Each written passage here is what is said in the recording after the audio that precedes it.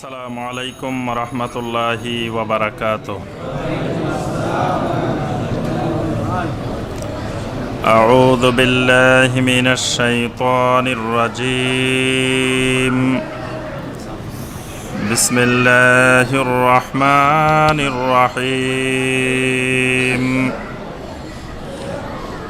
ফাস্তাফতিহিম আহুম আশাদ্দু খালকান আম্মান খালাকনা ইন্না খালাকনাহুম মিন তিনিল লাসিব বাল আজিবতা ওয়া ইয়াসখারুন ওয়া ইযা যুক্কিরু লা ইয়াযকুরুন ওয়া ইযা রাআউ আয়াতান ইস্তাসখিরুন ওয়া ক্বালু ইন হাযা ইল্লা সিহরুম মুবিন أَإِذَا مِتْنَا وَكُنَّا تُرَابًا وَعِظَامًا أَإِنَّا لَمَبْعُوثُونَ أَوْ آبَاؤُنَا الْأَوَّلُونَ قُلْ نَعَمْ وَأَنْتُمْ دَاخِرُونَ اللهم صل على محمد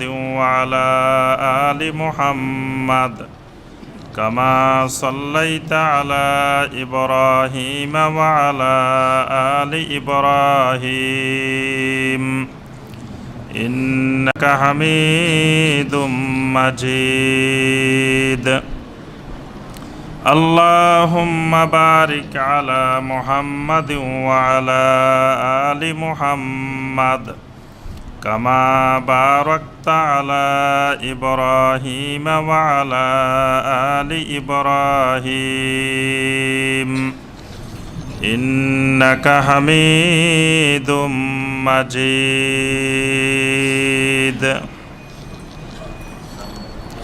মুআজ্জাজ মুকাররম উলামায়ে কেরাম, দূরের এবং কাছের সম্মানিত দ্বীনী ভাই এবং বোনেরা, আল্লাহ রব্বুল আলমিনের দরবারে কোটি কোটি শুকরিয়া যে আল্লাহ রব্বুল আলমিন আমাদেরকে দীর্ঘ এক সপ্তাহ পরে শুক্রবার সলাতুল মাগরিবের পর নদ্দা সরকার বাড়ি জামে মসজিদে বসে আল্লাহ রব্বুল আলমিনের নাজিলকৃত কোরআনে হাকিম থেকে কয়েকটি আয়াতে কারিমার সংক্ষিপ্তভাবে তাফসীর করার এবং শোনার তৌফিক দিয়েছেন। সেই রব্বুল আলমিনের শুকর আদায় করি, সকলে বলি আলহামদুলিল্লাহ। সম্মানিত ভাই ও বোনেরা, আমাদের ধারাবাহিক কোরআনে কারিমের তাফসীরে যে সূরাটি থেকে তাফসীর চলছিল সেই সূরাটির নাম হলো সূরা আস-সাফফাত। সূরা আস-সাফফাতের 10 নম্বর আয়াতে কারিমা পর্যন্ত গত তাফসীরে আমরা আলোচনা করেছি। আজকে সূরা আস-সাফফাতের 11 নম্বর আয়াতে কারিমা থেকে আমাদের তাফসীর হবে ইনশাআল্লাহ। সূরা আস-সাফফাত এর তাফসীর আমাদের দ্বিতীয় দফার ধারাবাহিক তাফসীরে গত তাফসীরে সূরা আস-সাফফাতের প্রথম পর্ব আলোচনা হয়েছে। আজকের তাফসীরে সূরা আস-সাফফাতের দ্বিতীয় পর্বের তাফসীর হবে ইনশাআল্লাহ। আমরা সূরা আস-সাফফাতের প্রথম 10টি আয়াতে কারিমায় আমরা দেখেছি আল্লাহ রব্বুল আলামিন কয়েকটি বিষয়ের শপথ করেছেন, বিশেষ করে ফেরেশতাদের কসম করেছেন। ফেরেশতাদের কসম করে আল্লাহ পাক কয়েকটি বিষয়ে অত্যন্ত গুরুত্ব দিয়ে মানুষের আখিরাত সংশ্লিষ্ট বিষয় অর্থাৎ মৃত্যু পরবর্তী আবার পুনর্জীবনের বিষয়ে আল্লাহ পাক বিভিন্ন যুক্তি দিয়ে দুনিয়ার মানুষের সামনে তুলে ধরার জন্য আল্লাহ পাক কসম করার পরে একটির পর একটি আলোচনা করছেন। এর মধ্যে আল্লাহ সুবহানাহু ওয়া তাআলা বিশেষ করে আরবের কাফের মুশরিকদের তাদের আরবের মুশরিকদের বক্তব্য ছিল যে মানুষ মারা যাওয়ার পরে যখন মাটির সাথে মিশে যাবে, যখন মাটির সাথে মিশে একেবারে হাড্ডি গোশত সব কিছু যখন মাটিতে একেবারে মিশে যাবে, তো সেখান থেকে আবার কিভাবে আল্লাহ সুবহানাহু ওয়া তাআলা জীবিত করবেন, এটা ছিল তাদের কাছে বড় আশ্চর্যজনক বিষয়। এই কারণে তারা আখেরাত বিশ্বাস করতে তাদের কঠিন হচ্ছিল, আখেরাত তারা বিশ্বাস করতে পারছিল না। তো আল্লাহ সুবহানাহু ওয়া তাআলা প্রথমেই ফেরেশতাদের কসম করে আল্লাহ পাক ঊর্ধ্ব আকাশের আসমানের সৃষ্টির কথা, আসমানের বিভিন্ন নক্ষত্ররাজি সৃষ্টির ব্যাপারে, তারপরে শয়তান যখন কোনো খোঁজখবর নিতে যায় তখন তাদেরকে কিভাবে প্রতিহত করা হয়, কিভাবে বিতাড়িত করা হয়, অর্থাৎ উর্ধ্ব জগতের অনেকগুলো বিষয় আল্লাহ সুবহানাহু ওয়া তাআলা এখানে প্রথমে আলোচনা করেছেন। তারপরে আল্লাহ রাব্বুল আলামিন দুনিয়ার মানুষের নিকটে প্রশ্ন করছেন, ফাস্তাফতিহিম আহুম আশাদ্দু খালকান আম্মান খালাকনা ইন্না খালাকনাহুম মিন তিনিল লাযিব। আল্লাহ রাব্বুল আলামিন বলেন ফাস্তাফতিহিম, আপনি তাদের নিকটে জিজ্ঞাসা করুন। অর্থাৎ কাফের মুশরিকদেরকে লক্ষ্য করে আল্লাহ পাক বলছেন যে ফাস্তাফতিহিম, যে দুনিয়ার মানুষদেরকে আপনি ফতোয়া জিজ্ঞাসা করুন, এই ব্যাপারে তাদেরকে প্রশ্ন করুন। আহুম আসাদ্দু খালকান আম্মান খালাকনা, তাদেরকে সৃষ্টি করা বেশি কঠিন নাকি আমি যেগুলো সৃষ্টি করেছি এইগুলো সৃষ্টি করা বেশি কঠিন?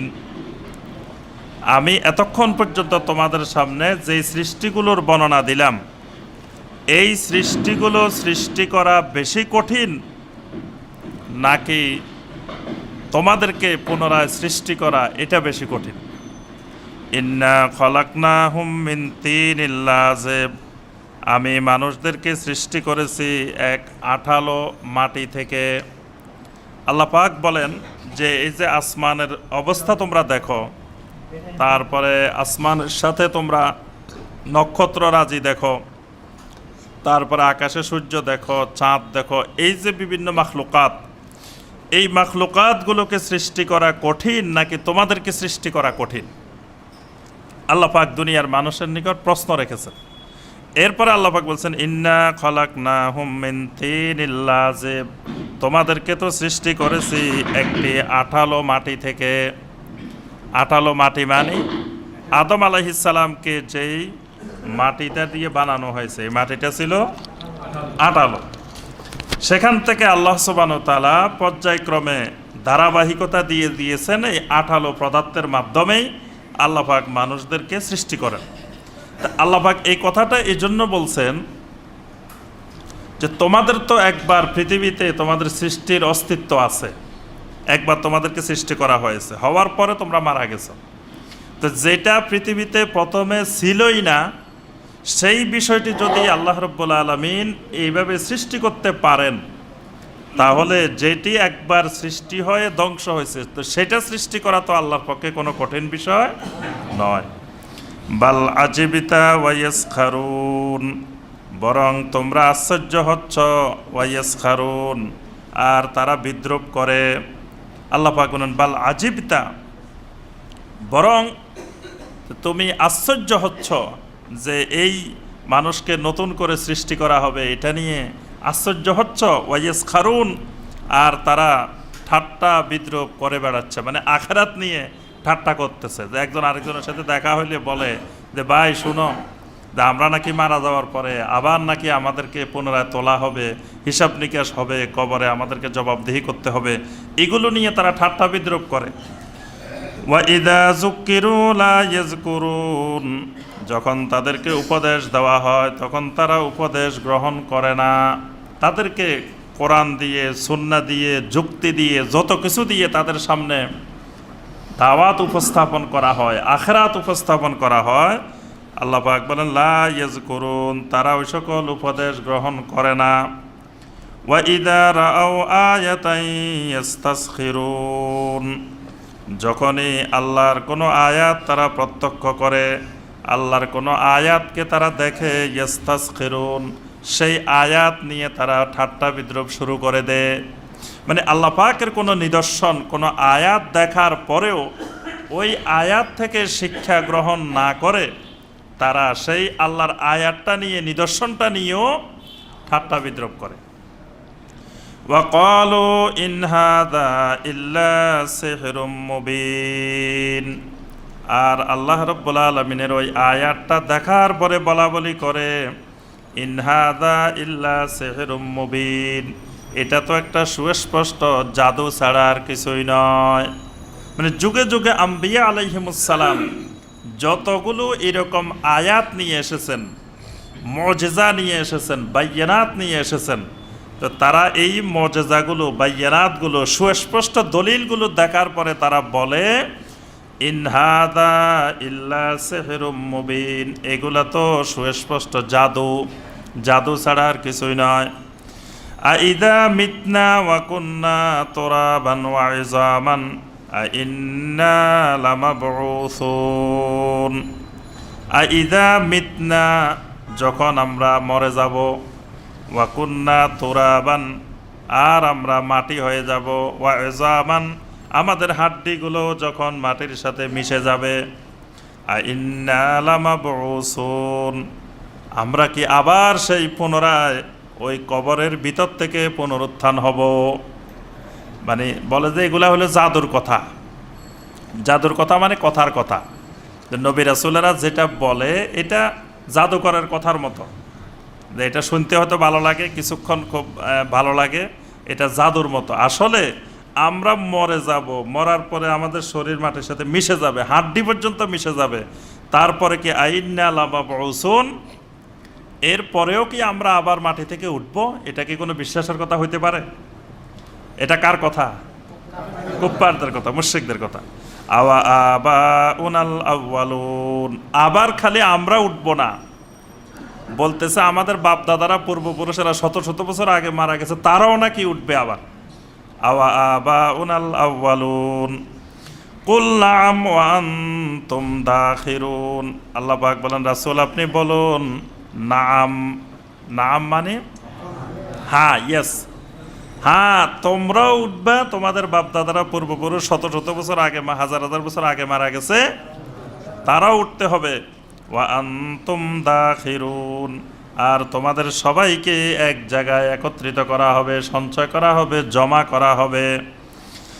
ফাইন্নামা হিয়া জাজরাতুন ওয়াহিদা ফাইদা হুম ইয়ানজুরুন। আল্লাহ পাক বলেন, এটা কঠিন কিছু নয়, এটা শুধুমাত্র একটি জাজরাতুন ওয়াহিদা, এটা শুধুমাত্র একটা ধমক, একটা হুঙ্কার, একটা ঝাঁকুনি। মানে কিয়ামতের কথাটাকে আল্লাহ বলতেছেন, এটা হলো জাজরাতুন ওয়াহিদা, শুধু মাটিতে একটা ঝাঁকুনি দেওয়া হবে, ঝাঁকুনির সাথে সাথে ফাইজা হুম ইয়ানজুরুন, ওই ঝাঁকুনির সাথে সাথে মানুষ সব উঠে কিয়ামতের ময়দানের দিকে অপেক্ষা করতে থাকবে। এখানে আমরা একটা পরীক্ষা নিয়ে নিই। এর আগে আমরা বলছি যে নাফখাতুস সূর, ইসরাফিল আলাইহিস সালামের সিংহে ফুৎকার কয়বার হবে? 3 বার। প্রথমটার নাম যে নাফখাতুল ফাজা, মানে ভীতিকর ফুৎকার, যেটা দিয়ে ভয় লাগানো হবে। তারপরেরটা হলো নাফখাতুস সাক, মানে বেহোশ হয়ে যাবে সব মানুষ, একবারে শেষ, বেহোশ।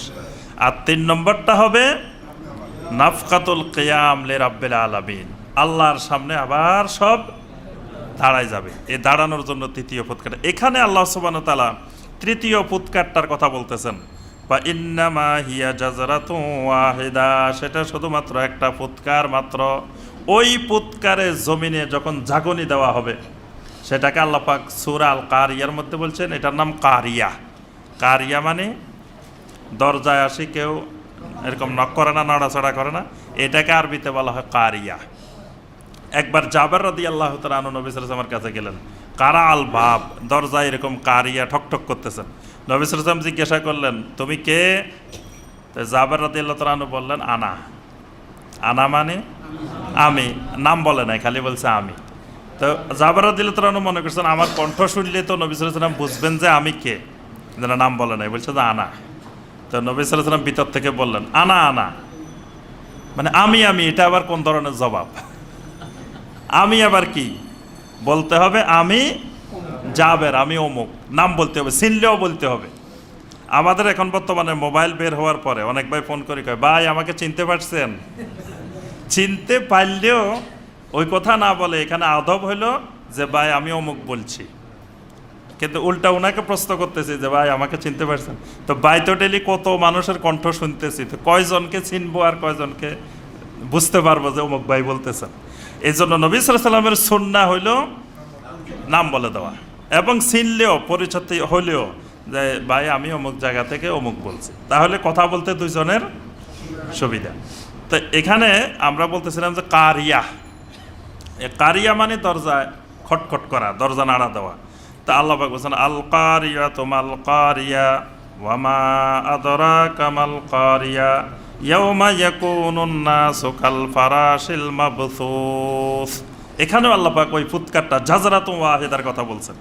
এই যখন নাড়া দেওয়া শুরু হবে জমিনের, তখন জমিনের পরিস্থিতিটা কী হবে সেটা বর্ণনা দিয়েছেন। আবার সূরা জিলজালের মধ্যে, জিলজাল মানে হইল ভূমিকম্প, যেটা এটাকে আরবিতে বলা হয় জালজালা।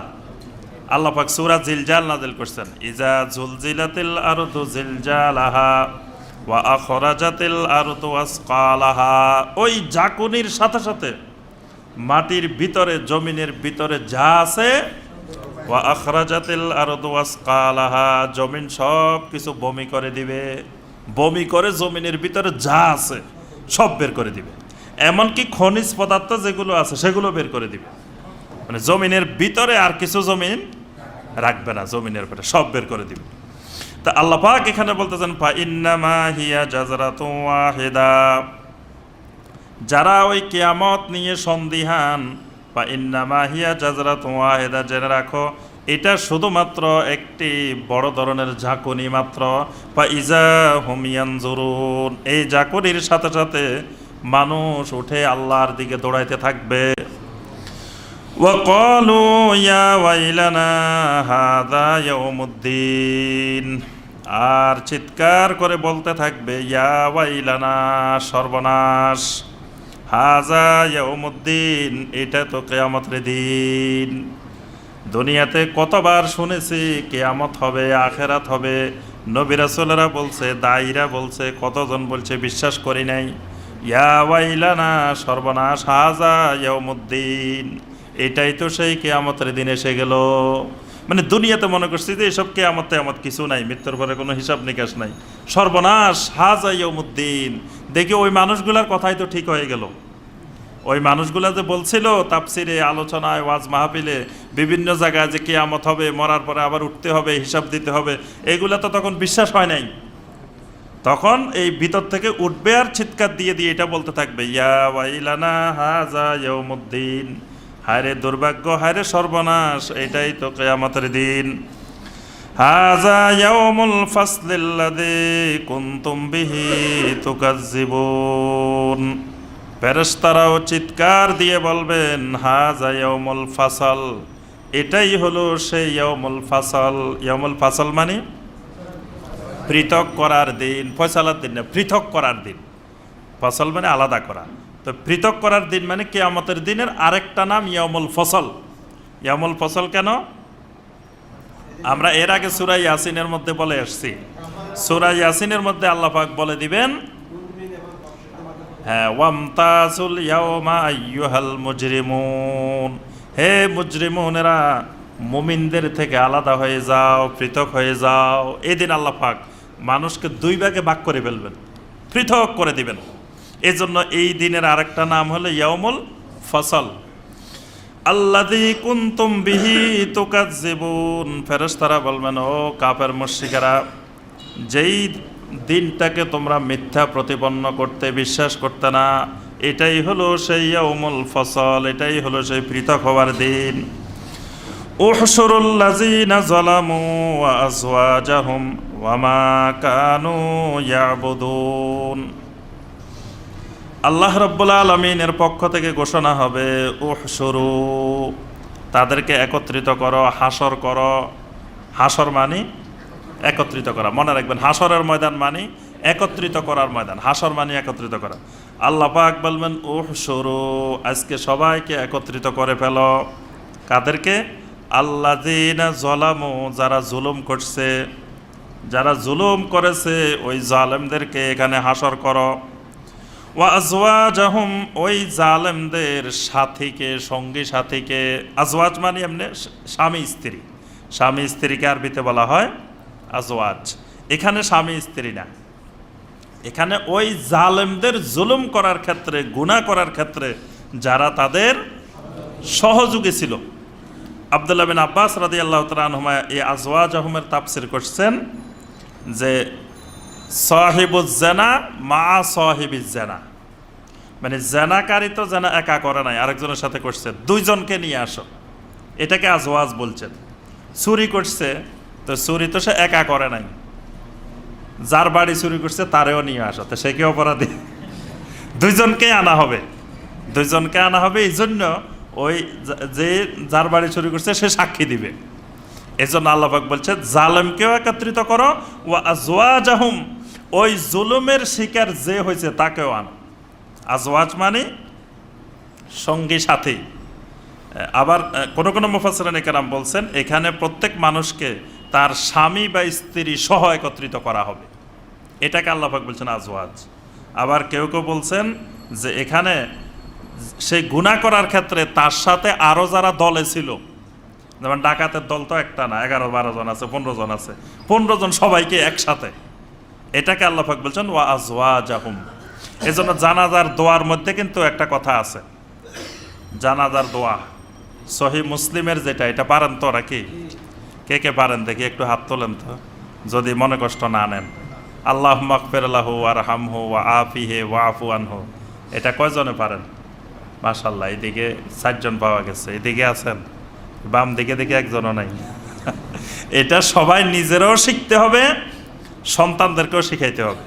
আপনার জানা যায় আপনি মারা যাওয়ার পরে সন্তানটা যাতে আপনার পাশে দাঁড়ায় এই দোয়াটা করতে পারে, আল্লাহুম্মা গফির লাহু ওয়ারহামহু ওয়া আফিহি ওয়াফু আনহু ওয়া আকরিম নুজুলাহু ওয়া ওয়াসসি মুদখালাহু ওয়া আবদিলহু দারান খাইরান মিন দারিহি ওয়া আহলান খাইরান মিন আহলিহি ওয়া যাওজান খাইরান মিন যাওজিহি ওয়া নাক্কিহু মিনাল খাতায়া কামা নাক্কাইতাস সাওবাল আবিয়াদা মিনাদ দানাস ওয়া আগসিলহু বিল মাই ওয়াস সালজি ওয়াল বারাদ ওয়া আদখিলহুল জান্নাহ ওয়া আইযহু মিন আযাবিল কবর ওয়া মিন আযাবিন নার ইয়া রাব্বাল আলামিন ওয়াগফির লানা ওয়া লাহু ইয়া আরহামার রাহিমিন।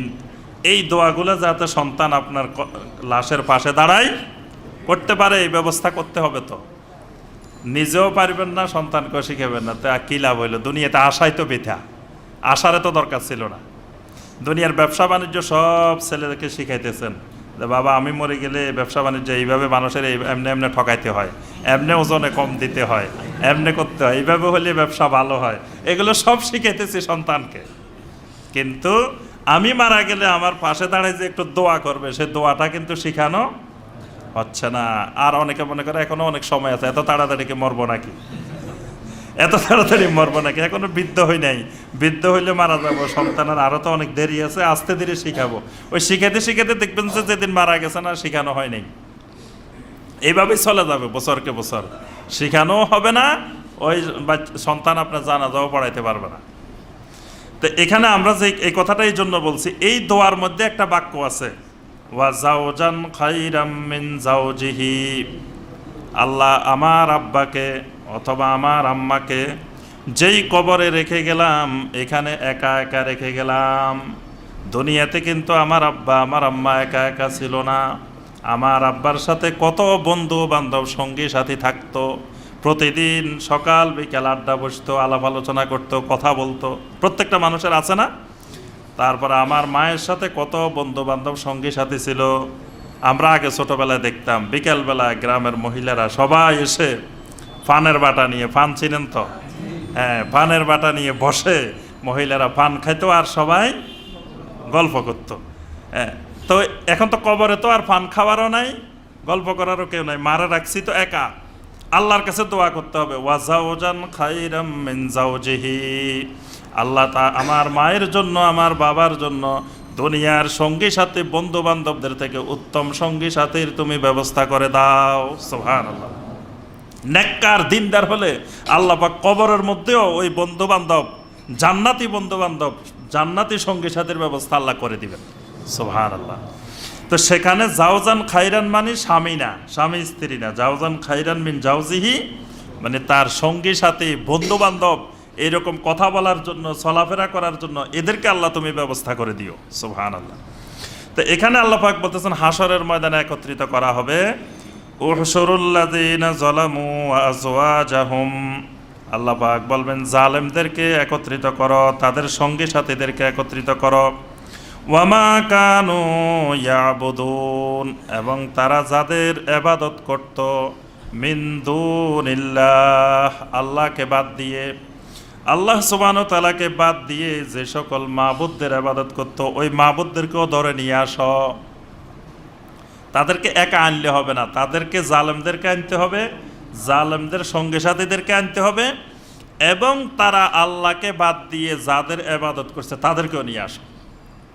তাহলে বোঝা যায় যারা সূর্যের ইবাদত করছে তাদেরকে সামনে সূর্যকে নিয়ে আসা হবে, যারা চন্দ্রের ইবাদত করছে তাদের সামনে চন্দ্র নিয়ে আসা হবে, যারা গরুর ইবাদত করছে গাভী গরুর, তো গরুও নিয়ে আসা হবে, যারা তুলসী গাছের ইবাদত করছে তুলসী গাছও নিয়ে আসা হবে, যে যেটার ইবাদত করছে আল্লাহকে বাদ দিয়ে, যে কবরের ইবাদত করছে ওই কবরে যিনি আছেন ওনারাও নিয়ে আসা হবে। তো তোমার ইবাদত করলো কেন? দুনিয়ার মানুষ অন্য কারোরে পাইলো না, তোমারে পাইছে কেন? এই কথাও কিন্তু কোরআনেই আছে। ঈসা আলাইহিস সালামকে আল্লাহ নিয়ে আসবে, ঈসা আলাইহিস সালামও কিন্তু এটা থেকে রক্ষা পাবে না। ঈসা আলাইহিস সালামকে নিয়ে এসে আল্লাহ জিজ্ঞেস করবেন, আনতা কুলতা লিন্নাস ইত্তাখিযুনি ওয়া উম্মিয়া ইলাহাইনি মিন দুনিল্লাহ, হে ঈসা ইবনে মারিয়াম, তোমাকে আর তোমার মাকে দুনিয়ার মানুষ মাবুদ বানাইছে, তোমরা কি দুনিয়ার মানুষদেরকে বলছিলে নাকি আমাদেরকে মাবুদ বানাও? তাহলে নবীরাও রক্ষা পাবে না, যে নবীদেরকে মাবুদ বানাইছে কেন, এটাও তাদেরকে এনে জিজ্ঞাসা করা হবে। আল্লাহ বলতেছেন ওয়ামা কানু ইয়াবুদুনা মিন দুনিল্লাহ, আল্লাহ রাব্বুল আলামিনকে বাদ দিয়ে যাদের ইবাদত করা হতো তাদেরকেও একত্রিত করো। ফাহদুহুম ইলা সিরাতিল জাহিম, এই জালেমদেরকে, জালেমদের সঙ্গী সাথীদেরকে, তাদের মাবুদদেরকে, ফাহদুহুম ইলা সিরাতিল জাহিম, তাদের সবাইকে জাহান্নামের রাস্তা দেখিয়ে দাও, জাহান্নামের রাস্তার দিকে হাঁকিয়ে নিয়ে যাও। এই পরের কথাটা দ্বারা বোঝা যায় যে আগের যাদেরকে একত্রিত করা হবে বলছে, এখানে আজওয়াজুহুম বলতে এখানে স্পষ্ট যে তার অপরাধের সাথী যারা তাদেরকে একত্রিত করবে, কারণ জাহান্নামের দিকে নিয়ে যাবে, তাহলে তো তার সঙ্গী সাথী ভালো যারা তাদেরকে আনা হবে না। আর আল্লাহ ছাড়া যাদের ইবাদত করছে, মাবুদ বানাইছে, এখানেও সবাই না, এখানে যারা মাবুদ বানানোর জন্য মানুষকে উৎসাহিত করছে তাদেরকে, সব মাবুদ আনা হবে না। অনেক মাবুদ আছে যে উনি জানেই না। আমাদের দেশের অসংখ্য মানুষ আব্দুল কাদের জিলানী রহমতুল্লাহ আলাইহির ইবাদত করে, তা আব্দুল কাদের জিলানী রহমতুল্লাহ আলাইহি জানেন না কবরে যে উনার ইবাদত মানুষ করতেছে, এটা উনি জানেনই না। এরকম অসংখ্য নেককার দিনদার মানুষের, ভালো মানুষের ইবাদত করে আমাদের দেশে, অথচ উনি তো কবরে জানতেছে না যে উনার ইবাদত করতেছে, তাহলে উনি কি দোষী? উনি দোষী না। এখানে যারা নিজেদেরকে মাবুদ বানানোর জন্য মানুষদেরকে উৎসাহিত করেছে তাদেরকে সবাইকে একত্রিত করে আল্লাহ পাক বলবেন ফাহদুহুম ইলা সিরাতিল জাহিম, এদের সবাইকে জাহান্নামের রাস্তার দিকে নিয়ে যাও। ওয়াকিফুহুম, আর জাহান্নামের দিকে রওনা দেওয়ার সময় আল্লাহ পাক বললেন ওয়াকিফুহুম, কিছু দূর যাওয়ার পরে এদেরকে একটু থামাও। ইন্নাহুম মাসউলুন, তাদেরকে কিছু জিনিস জিজ্ঞাসা করতে হবে। জাহান্নামে যাওয়ার আগে এদেরকে একটু থামাও, এখানে রাস্তায় থামানোর পরে কিছু জিনিস জিজ্ঞাসা করা হবে। কি জিজ্ঞেস করা হবে? মা লাকুম লা তানাসারুন, তোমাদের কি হলো, আজকে একজন আরেকজনকে সাহায্য সহযোগিতা করতেছ না কেন? কি ব্যাপার, একজন আরেকজনকে সাহায্য করতে পারতেছ না কেন? সবাই জাহান্নামের দিকে যাচ্ছ কেন? এখানে তিন গ্রুপের কথা বলছে, জালেম, জালেমের সঙ্গী সাথী এবং তারা আল্লাহকে বাদ দিয়ে যাদের ইবাদত করছে, 3 শ্রেণী একত্রিত করা হয়েছে, একত্রিত করে জাহান্নামের দিকে নিয়ে যাওয়া হচ্ছে। তখন আল্লাহ পাক বলতেছেন ওয়াকিফুহুম, এদেরকে থামাও, থামায় জিজ্ঞাসা করো মা লাকুম লা তানাসারুন, কেন একজন আরেকজনকে সাহায্য সহযোগিতা করতেছ না? কি ব্যাপার, এখন তোমরা একজন আরেকজনের সাহায্য সহযোগিতা নাই কেন? এই আয়াতে কারিমাটা এখানে নাজিল হয়েছে কাদের ব্যাপারে? মুশরিকদের ব্যাপারে, কাফেরদের ব্যাপারে, মানে জাহান্নামীদের ব্যাপারে। এদেরকে জাহান্নামে নামার সময় আল্লাহ জিজ্ঞেস করবেন মা লাকুম লা তানাসারুন, কি ব্যাপার তোমরা একজন আরেকজনকে সাহায্য সহযোগিতা করতেছ না কেন? এই কিছুদিন আগে আমরা যখন যে রোহিঙ্গা মাজলুম ভাই বোনেরা আসলেন, তখন দেখি যে সব জায়গায় ফেসবুকে বিভিন্ন কিছুতে এই আয়াত লাগায় লাগায় প্রচার করা হচ্ছে যে এই সূরা সফফাতের 25 নম্বর আয়াত, আল্লাহ বলছেন মা লাকুম লা তানাসারুন, কি হলো তোমাদের, তোমরা একজন আরেকজনকে সাহায্য সহযোগিতা করতেছ না কেন? আমি তো অবাক, আল্লাহু আকবার, যে কোরআনের আয়াত নাজিল হইল কি ব্যাপারে, ব্যবহার করা হচ্ছে কোথায়? এই সহযোগিতা তো কাফের মুশরিকদেরকে বলা হবে, জাহান্নামীদেরকে বলা হবে যে মা লাকুম লা তানাসারুন, তোমাদের কি হলো, তোমরা একজন আরেকজনকে সাহায্য সহযোগিতা করতেছ না কেন? অথচ ওই আয়াত লাগাই দেওয়া হয়েছে কোথায়? এর আগে দেখতে হবে, পরে দেখতে হবে যে কোরআনে কারিমের আয়াত, এই জন্য মাঝখান দিয়ে একটু অংশ এনে এবং শাব্দিক অনুবাদ দিয়ে কোরআনে কারিম বোঝা যাবে না, কোরআনে কারিম বিকৃত হয়ে যাবে। এজন্য কোরআনে কারিমের ওই আয়াতের আগে কি বলা হচ্ছে, পরে কি বলা হচ্ছে, সেটা দেখতে হবে। মুসলিম ভাই বোনদেরকে, মাজলুমদেরকে সহযোগিতা করার জন্য কোরআনের আয়াতের অভাব নেই, অসংখ্য আয়াত আছে। মাজলুমকে সহযোগিতা করতে হবে, এক মুসলিম আরেক মুসলিমকে সহযোগিতা করতে হবে, তারা আমাদের ভাই, এই আয়াতের অভাব নাই। কিন্তু তারপরে অন্য প্রসঙ্গের আয়াত এনে আমাদেরকে দলিল দিতে হবে কেন? এটার কারণ হলো এলমি শূন্যতা, মানে আমাদের অবস্থা খুব করুণ, যে কোন আয়াত কোন প্রসঙ্গে, ওই প্রসঙ্গ ঠিক না রেখে আমরা এক জায়গায় আরেক জায়গার আয়াত ব্যবহার করি। যেমন আপনার দাওয়াতের ফজিলত, তাবলীগের ফজিলত বর্ণনা করতে গিয়ে আমরা জিহাদের হাদিস নিয়ে আসি। জিহাদের ফজিলত এক জিনিস, দাওয়াতের ফজিলত একটা, তাবলীগের ফজিলত একটা, তারপরে আপনার আমরে বিল মারুফ নাহি আনিল মুনকারের ফজিলত, এগুলো সবগুলো ফজিলতময় কাজ। কিন্তু নবী সাল্লাল্লাহু আলাইহি ওয়াসাল্লাম আলাদা আলাদা ফজিলত বর্ণনা করছেন, এক একটার ফজিলত এক একটা। কিন্তু দেখা যায় আমরা সবগুলাকে একত্রিত করে ফেলছি, মানে একটার ফজিলত আরেক জায়গায়, এক জায়গার হাদিস আরেক জায়গায়, এক জায়গার আয়াত আরেক জায়গায়, এইভাবে সব এলোমেলো হয়ে গেছে। তো এখানেও আল্লাহ পাক বলছেন মা লাকুম লা তানাসারুন, তোমাদের কি হলো, তোমরা একজন আরেকজনকে সহযোগিতা করতেছ না কেন? দুনিয়াতে তো মানে অপরাধ করার ক্ষেত্রে তোমরা যখন জুলুম করছিলে, ইবাদত করছিলে, তখন একজন আরেকজনকে সহযোগিতা করতাম। তা আজকে যখন সবাই মিলে জাহান্নামে যাচ্ছ, তখন কেন একজন আরেকজনকে সহযোগিতা করছো না? বাল হুমুল ইয়াউমা মুস্তাসলিমুন, আল্লাহ রাব্বুল আলামিন বলেন আজকের দিনে তারা সকলেই আত্মসমর্পণকারী। আজকে তো আর কিসের সহযোগিতা করবে? মুস্তাসলিমুন, সবাই তো আজকে বন্দী, সবাই তো আত্মসমর্পণকারী, এখানে আর সহযোগিতা কিভাবে করবে? ওয়া আকবালা বা'দুহুম আলা বা'দিন ইয়াতাসাআলুন, রাব্বুল আলামিন বলেন একজন আরেকজনের দিকে সামনাসামনি হয়ে একজন আরেকজনকে প্রশ্ন করতে থাকবে। একজন আরেকজনকে বলবে ভাই আমি ভুল পথে গিয়েছিলাম, তুমি আমাকে সহযোগিতা করলে না কেন? দুনিয়াতে আমি খারাপ কাজ করতাম, তুমি আমাকে একটু উপদেশ দিতা না কেন? তুমি বললে হয়তো আমরা ভালো হয়ে যেতাম, আজকে জাহান্নামে যাওয়া লাগতো না। একজন আরেকজনের সামনাসামনি হয়ে একজন আরেকজনকে প্রশ্ন করবে, জিজ্ঞাসা করতে থাকবে। ক্বালু ইন্নাকুম কুনতুম তাতুনানা আনিল ইয়ামিন, তারা একজন আরেকজনকে বলবে দুনিয়াতে তো তোমরা আমাদের সাথেই চলাফেরা করতে, আমাদের ডান দিক থেকে আসতে, মানে সবসময় আমাদের ডান হাতে ছিলা, মানে আমাদের সাথে অন্তরঙ্গ বন্ধুত্ব ছিল তোমাদের। আমাদেরকে একটু সতর্ক করতে না কেন? আমাদেরকে একটু দিনমুখী করার চেষ্টা করো নাই কেন? ক্বালু বাল্লাম তাকুনু মুমিনিন, ফেরেশতারা বলবেন বাল্লাম তাকুনু মুমিনিন, তোমরা একজনও মুমিনের অন্তর্ভুক্ত ছিলে না, তোমরা সবাই তো জালেম ছিলা, কাফের ছিলা, মুশরিক ছিলা, কেউ তো মুমিন ছিল না। তো একজন আরেকজনকে সহযোগিতা করবা কিভাবে? সবাই তো কাফের, সবাই তো মুশরিক। ওয়ামা কানা লানা আলাইকুম মিন সুলতান বাল কুনতুম কওমান তাগিন। ওয়ামা কানা লানা আলাইকুম মিন সুলতান, তোমরা যে শিরক করেছিলে সেই শিরকের পক্ষে তোমাদের কাছে কোনো দলিল প্রমাণ কিছুই ছিল না। বাল কুনতুম কওমান তাগিন, বরং তোমরা ছিলে তাগুত সম্প্রদায়, তাগিন সম্প্রদায় মানে বিদ্রোহী সম্প্রদায়।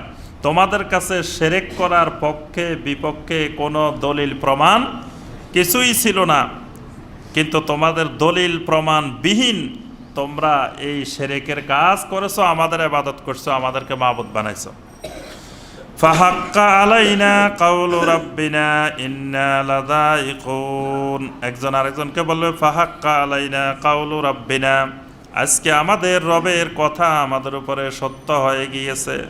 ইন্না লাযাইকুন, অবশ্যই আজকে আমাদেরকে জাহান্নামের স্বাদ, আযাবের স্বাদ আমাদেরকে গ্রহণ করতে হবে। ফাআগওয়াইনাকুম ইন্না কুন্না গাবিন, আমরাও তোমাদেরকে গোমরাহ করেছিলাম, নিজেরাও গোমরাহ হয়েছিলাম। ওই মাবুদ যাদেরকে আনবে, মাবুদেরা বলবে যে ফাআগওয়াইনাকুম ইন্না কুন্না গাবিন, তোমাদেরকেও গোমরাহ করেছি, আমরাও ছিলাম গোমরাহির মধ্যে। ফাইন্নাহুম ইয়াওমাইযিন ফিল আযাবি মুশতারিকুন, আল্লাহ পাক বলেন দুনিয়ার মধ্যে যেমন একজন আরেকজনকে আল্লাহর সাথে শিরক করত, আজকে জাহান্নামের মধ্যে আযাবের ক্ষেত্রেও একজন আরেকজনের সাথে শিরক করবে। শিরক করবে মানে আজকে শরীক হবে একজন আরেকজনের সাথে, মানে আযাবটা একজনে ভোগ করবে না, সবাই মিলে একসাথে আযাব ভোগ করতে থাকবে। ইন্না কাযালিকা নাফআলু বিল মুজরিমিন, আল্লাহ রাব্বুল আলামিন বলেন এইভাবেই মুজরিমিনদের সাথে আমি আল্লাহ এরকম আচরণই করি। যারা মুজরিমিন, যারা পাপী, যারা গুনাহগার, তাদের সাথে আমি আল্লাহর আচরণটা এরকমই হয়। ইন্নাহুম কানু ইযা কিলা লাহুম লা ইলাহা ইল্লাল্লাহু ইস্তাকবিরুন, যখন তাদেরকে বলা হয় লা ইলাহা ইল্লাল্লাহ ইস্তাকবিরুন, তখনই তারা অহংকার করে। তাদেরকে দুনিয়াতে যখন বলা হয়তো লা ইলাহা ইল্লাল্লাহ, অর্থাৎ আল্লাহ রাব্বুল আলামিন ছাড়া সত্যিকারের কোনো মাবুদ নাই, আল্লাহ ছাড়া একমাত্র মাবুদ আল্লাহ, আর কেউ নাই, এই কথার দাওয়াত যখন তাদেরকে দেওয়া হয়তো ইস্তাকবিরুন, তখন তারা অহংকার প্রদর্শন করত। অহংকার করে বলতো আমরা কি বুঝি না, কালেমা কি বুঝি না, তুমি আমাকে শিখাইতে হইব নাকি? সারা জীবন কালেমা পড়তে পড়তে, কালেমা শিখতে শিখতে আসছি, এখন আবার নতুন করে কালেমা শিখায়। আল্লাহ পাক বলেন তাদেরকে যখন লা ইলাহা ইল্লাল্লাহর দাওয়াত দেওয়া হইতো ইস্তাকবিরুন, তখন তারা অহংকার প্রদর্শন করত। অর্থাৎ হেদায়েত না পাওয়ার, গোমরাহির বড় একটি কারণ হলো, মাধ্যম হলো অহংকার। অহংকার যদি কারো মধ্যে থাকে, কিবির যদি কারো মধ্যে থাকে, তো ওই লোক কখনো হেদায়েত পাওয়ার সম্ভাবনা নাই। অহংকারের কারণে ইবলিস গোমরাহ হয়ে গেছে। আবা ওয়াস্তাকবারা ওয়া কানা মিনাল কাফিরিন, আল্লাহ পাক বলেন ইবলিস আবা ওয়াস্তাকবারা, অহংকার করেছে ইবলিস, অস্বীকার করেছে, অহংকার করেছে, এজন্য ইবলিস ইবলিস হয়ে গেছে। যুগে যুগে ফেরাউন হেদায়েত পায় নাই, কি জন্য পায় নাই? আবু জেহেল, আবু লাহাবেরা হেদায়েত পায় নাই, না পাওয়ার কারণ হলো অহংকার। আল্লাহ পাক বলেন ইন্নাহুম কানু ইযা কিলা লাহুম লা ইলাহা ইল্লাল্লাহ ইস্তাকবিরুন, যখন এই দুনিয়াতে তাদেরকে লা ইলাহা ইল্লাল্লাহ বলা হইতো, লা ইলাহা ইল্লাল্লাহর দাওয়াত দেওয়া হইতো, ইস্তাকবিরুন, তখন তারা অহংকার প্রদর্শন করত। ঠিক একইভাবে এখনও আমরা অহংকারের কারণে অনেকেই হক জানার পরেও, সত্য জানার পরেও আমল করতে পারি না। অহংকার মানে একজন বড় আলেম, বড় মুফতি সাহেব, বড় মুহাদ্দিস সাহেব যখন অন্য কেউ ধরে দেয় যে ভাই এটা তো ঠিক না, এটা এইভাবে, তখন তিনি মানতে পারেন না। কারণ আমি এত বড় মুহাদ্দিস, আমারে আবার অন্য লোকে ভুল ধরাই দিয়ে অন্য লোকে আবার সংশোধন করে, আমি কি কম জানি নাকি? মানে এই অহংকারের কারণে তিনি ভুলের উপরেই আছেন, ভুল আর সংশোধনের দিকে তিনি আগানোর কোনো চেষ্টা করেন না। ওয়ায়াকুলুনা আইন্না লাতারিকু আলিহাতিনা লিশাইরিম মাজনুন, আর তারা বলা বলি করে আমাদের প্রাচীন যে সকল মাবুদ, প্রতিষ্ঠিত যে সকল মাবুদ, এই সকল প্রতিষ্ঠিত মাবুদদেরকে আমরা কি ছেড়ে দিব লিশাইরিম মাজনুন, একজন পাগল কবির কথায়, একজন পাগল কবির কথায় আমরা কি দীর্ঘদিন ধরে যেই মাবুদদের ইবাদত বন্দেগী আমরা করে আসতেছি, ওই মাবুদদেরকে কি আমরা পরিত্যাগ করতে পারি? আমরা কি ছেড়ে দিতে পারি? মানে একজন আরেকজনকে বলা বলি করে যে আমরা দীর্ঘদিন ধরে এই সংস্কৃতির উপরে, এই কালচারের উপরে, এই পদ্ধতির উপরে আমরা যুগে যুগে চলে আসতেছি, আমাদের বাপ দাদা পূর্বপুরুষ সবাই এইভাবেই চলে আসতেছে, আর আমরা লিশাইরিম মাজনুন, একজন পাগল কবি। এখানে পাগল কবি বলতে কাকে বোঝাচ্ছে? আল্লাহ রসুল সাল্লাল্লাহু আলাইহি ওয়াসাল্লামকে। প্রথম বলছে লিশায়ের কবি, আর মাজনুন মানে জিনে ধরা, যে তাকে জিনে ধরছে, জিনে ধরা ব্যক্তিকে আরবিতে বলা হয় মাজনুন। তো এইরকম জিনে ধরা মানে জিনে আসর হয়ে কিছু কথা বলে, আর জিনটা ভালো জিন, এটা কবিতা বলে, এই জন্য লিশাইরিম মাজনুন মানে জিনে ধরা কবি। অর্থাৎ নবী সাল্লাল্লাহু আলাইহি ওয়াসাল্লামকে এখানে নিজে কবি বলতেছে না, কারণ নবী সাল্লাল্লাহু আলাইহি ওয়াসাল্লামকে সরাসরি কবি বললে আরবের লোকেরা বলবে এই লোক জীবনে কোনোদিন কবিতা বলতে দেখি নাই, পড়ালেখা করতে দেখি নাই, এই লোক হঠাৎ করে কেমনে কবি হয়। তো এই জন্য তারা সাথে লাগাইছে লিশাইরিম মাজনুন, জিনে ধরা কবি। মানে আসলে মুহাম্মদ সাল্লাল্লাহু আলাইহি ওয়াসাল্লাম কবি না, মুহাম্মদ সাল্লাল্লাহু আলাইহি ওয়াসাল্লামকে যে জিনটা আসর করে, যে জিনটা ধরে, ওইটা কবি। তো এটা নবী সাল্লাল্লাহু আলাইহি ওয়াসাল্লামকে আসর করে, মানে নবী সাল্লাল্লাহু আলাইহি ওয়াসাল্লামের ভিতর দিয়ে কথাটা বের করে, নাউজুবিল্লাহ। এই জন্যই মানে তারা একজন আরেকজনকে বলে আইন্না লাতারিকু আলিহাতিনা লিশাইরিম মাজনুন, এই জিনে ধরা পাগল কবির কথায় আমরা কি আমাদের মাবুদদেরকে পরিত্যাগ করব নাকি? বাল জাআ বিল হাক্কি ওয়া সাদ্দাকাল মুরসালিন, আল্লাহ রাব্বুল আলামিন বলেন বাল জাআ বিল হক, বরং ওই রাসূল, ওই শায়েরে মাজনুন, তোমাদের ভাষায় যিনি পাগল কবি, বাল জাআ বিল হাক্কি, তিনি সত্য সহকারে তোমাদের কাছে এসেছেন। সুবহানাল্লাহ, তিনি যেই জিনিস নিয়ে আসছেন, যে কোরআনে কারীম নিয়ে এসেছেন, এটা হলো হক, এটা হলো সত্য, এটা হক নিয়ে আসছেন তিনি। তিনি কোনো কবির জিনের কথা নিয়ে আসেন নাই। ওয়া সাদ্দাকাল মুরসালিন, এবং তিনি এই পর্যন্ত যত নবী রাসূল পৃথিবীতে এসেছেন সকল রাসূলদেরকে তিনি সত্যায়িত করেন, মানে সমস্ত নবী রাসূলদেরকে তিনি সত্যায়ন করেন। তাদের কিতাব, তাদের ওহী যা নাজিল হয়েছিল সবগুলোকে তিনি মেনে নেন। অর্থাৎ তিনি নতুন কোনো কিছু প্রসার করেন না। তিনি পূর্বেকার নবীরা, নূহ আলাইহিস সালাম যে তাওহীদের দাওয়াত দিতেন, মুসা আলাইহিস সালাম যে তাওহীদের দাওয়াত দিতেন, দাউদ আলাইহিস সালাম যে তাওহীদের দাওয়াত দিতেন, তারপরে ঈসা আলাইহিস সালাম যে তাওহীদের দাওয়াত দিতেন, সমস্ত রাসূলদের যাবতীয় দাওয়াত, যাবতীয় কথাবার্তা, সেগুলোকে তিনি সত্যায়ন করেন। ইন্নাকুম লাযাইকুল আযাবিল আলিম, সুতরাং অবশ্যই তোমাদেরকে আযাবে আলিমের কঠিন বেদনাদায়ক শাস্তির স্বাদ তোমাদেরকে গ্রহণ করতে হবে। ওয়ামা তুজজাউনা ইল্লা মা কুনতুম তা'মালুন, আর আজকের এই দিনে তোমাদেরকে সেই যাজাটাই দেওয়া হবে যেই আমলটা তোমরা করেছিলে। দুনিয়াতে যে আমল তোমরা করেছিলে সেই আমলের যাজাই তোমাদেরকে দেওয়া হবে। অর্থাৎ তোমাদের দুনিয়ার আমলের বাহিরে তোমাদেরকে কোনো প্রতিদান, কোনো কিছু দেওয়া হবে না। আবার যত আমল করেছো সেই আমল থেকে কোনো আমলকে বাতিলও করা হবে না।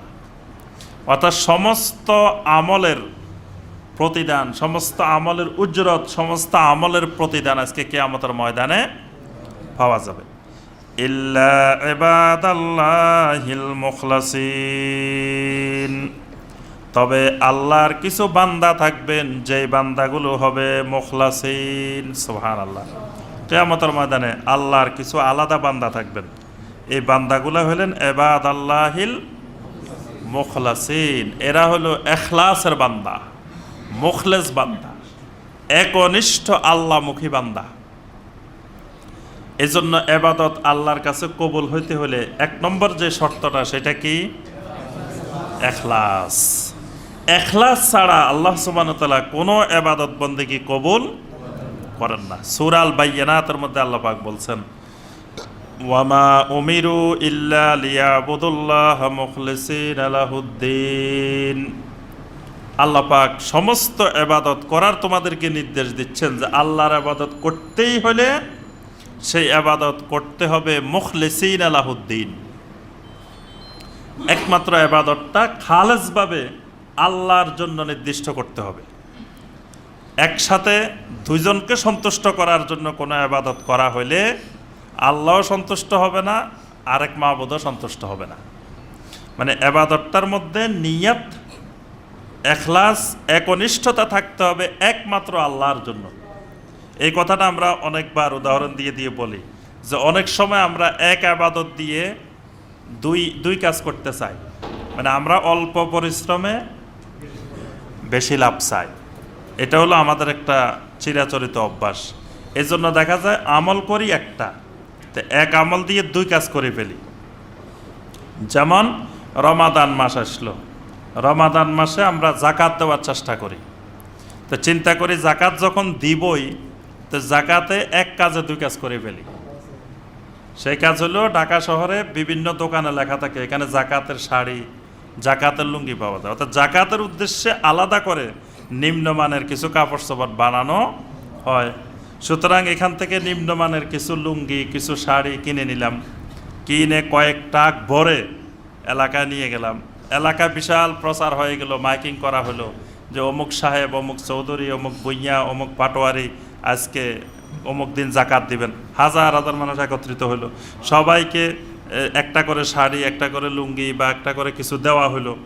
বাস একসাথে আমার জাকাতও হলো, আমার পুরো এলাকায় প্রচারও হয়ে গেল, আগামী নির্বাচনের ভোট কিনেও হয়ে গেল। একসাথে কত কাজ দেখেন, একসাথে একটা দিয়ে 3-4টা কাজ একসাথে সফল, একসাথে করে ফেলা হয়েছে। তো এখানে আল্লাহ পাক ইখলাস বলতে বুঝান যে এক আমল দিয়ে এরকম 3-4টা কাজ করলে আল্লাহ কোনোটাই কবুল করেন না। মানে উদ্দেশ্য থাকতে হবে একটাই, শুধু আল্লাহর সন্তুষ্টির জন্য। আল্লাহর সন্তুষ্টির জন্য যদি হয় সেটা আল্লাহ কবুল করবেন। কিন্তু আল্লাহরও সন্তুষ্টি পাশাপাশি বান্দারও সন্তুষ্টি, দুইটা যদি হয় তাহলে আল্লাহ সেই ইবাদত কবুল করেন না। এই জন্য এটাকে বলা হয় ইখলাস। তাহলে আমার যদি আল্লাহর সন্তুষ্টি উদ্দেশ্য হয়, তাহলে আমি আল্লাহর একজন বান্দাকে যখন জাকাত দিব, দেওয়ার আগে চিন্তা করব যে আমি যে কাপড়টা পরিধান করি, তাহলে সেই ধরনের কাপড়টাই আমি আরেকজন ভাইকে দিব। উনি গরিব বলে, আল্লাহর গরিব বান্দা বলে আমি জাকাত দিতে যাই, তার সাথে ঠাট্টা করার অধিকার, উপহাস করার অধিকার তো আল্লাহ আমাকে দেন নাই। এই জন্য আল্লাহ পাক কোরআনে কারিমে স্পষ্ট বলছেন, ইয়া আইয়ুহাল্লাযীনা আমানু আনফিকু মিন তাইয়্যিবাতি মা কাসাবতুম ওয়া মিম্মা আখরাজনা লাকুম মিনাল আরদ। হে ঈমানদারগণ, যখন আল্লাহর রাস্তায় খরচ করবে, আনফিকু মিন তাইয়্যিবাত, ভালো জিনিসটা, উত্তম জিনিসটা খরচ করো। তাইয়্যিবাত জিনিসটা, নিম্নমানের জিনিস সদাকা করিও না। আল্লাহ পাক বলছেন মিন তাইয়্যিবাতি মা কাসাবতুম, তোমরা উপার্জন থেকে উত্তম জিনিসটা সদাকা করো। ওয়া মিম্মা আখরাজনা লাকুম মিনাল আরদ, তোমাদের জন্য জমিন থেকে যে রিজিক বের করি সেখান থেকেও উত্তম রিজিকটা আল্লাহর রাস্তায় ব্যয় করো। এরপর আল্লাহ বলছেন ওয়ালা তায়াম্মামুল খাবিসা মিনহু তুনফিকুন, খবরদার খাবিস জিনিস অর্থাৎ নিম্নমানের জিনিস আল্লাহর রাস্তায় খরচ করার নিয়ত করিও না। ওয়ালা তায়াম্মামুল খাবিসা মিনহু তুনফিকুনা ইল্লা আন তুগমিদু ফি, আল্লাহ পাক বলেন তোমাকে যদি দেওয়া হয় ওই জিনিসটা, তুমি কি সেটা নিবে? আল্লাহ পাক এখানে প্রশ্ন করছেন যে বান্দা তুমি যে আরেকজনকে জিনিসটা দিচ্ছ, তো দেওয়ার সময় তুমি এটা চিন্তা করবা যে আমাকে যদি কেউ জিনিসটা দিত আমি নিতাম কিনা। তো তুমি যদি না নাও তাহলে তুমি আল্লাহর আরেক বান্দাকে দিচ্ছ কেন? এই জন্য আল্লাহ পাক এখানে বলছেন যে তুমি জিনিসটা দেওয়ার সময় ভালো জিনিসটা দিবে, যে জিনিসটা উত্তম জিনিস, ভালো জিনিস।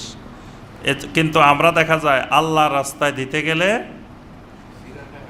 হ্যাঁ টাকার মধ্যে ছিঁড়া টাকাটা, অচল টাকাটা সেটা, তারপরে আপনার চাউল দিতে গেলে আল্লাহ রাস্তায় যেটা নিম্নমানের চাউল, তারপরে ধান দিতে গেলে যেটা নিম্নমানের সেটা, তারপরে জাকাত দিতে গেলে যে শাড়ি লুঙ্গি নিম্নমানের, তারপরে আপনার মাদ্রাসায় দিতে গেল যে ছেলেটা মাজুর, যে ছেলেটা মানে এটারে আর ভালো কিছু বানানো যাবে না, হ্যাঁ যে ছেলেটা মানে হ্যাঁ ওইটাকে আনে মাদ্রাসায়। বাস আল্লাহর রাস্তায় দিতে গেলে আমরা উত্তম, সবচেয়ে উত্তম যেটা সেটা ব্যয় করার মন মানসিকতা পোষণ করি না। কিন্তু আল্লাহ পাক বলছেন আনফিকু মিন তাইয়্যিবাতি মা কাসাবতুম।